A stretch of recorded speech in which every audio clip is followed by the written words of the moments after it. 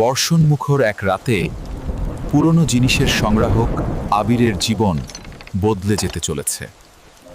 হঠাৎ দরজায় কড়া নাড়ার শব্দ, কিন্তু বাইরে কেউ নেই, শুধু পড়ে আছে একটি কালো প্যাকেট। প্যাকেট খুলতেই আবির দেখতে পেল একটি অদ্ভুত ঘড়ি, যার সময় উল্টোভাবে কমছে। ঘড়িটি হাতে নেওয়ার সাথে সাথে ঘরের আলো কাঁপতে শুরু করে, আর জানালার বাইরে দেখা যায় এক অজানা ছায়া। ঘড়ির পেছনে খোদাই করা একটি ঠিকানা। আবির সিদ্ধান্ত নেয় সত্যটা খুঁজে বের করবে।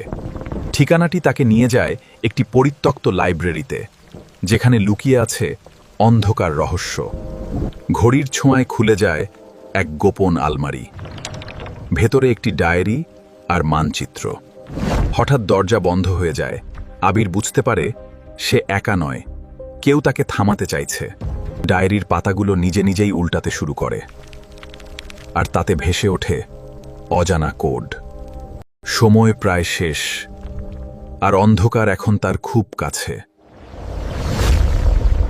বন্ধুরা, পার্ট 3 দেখতে চাইলে এখনই লাইক, কমেন্ট আর ফলো করো।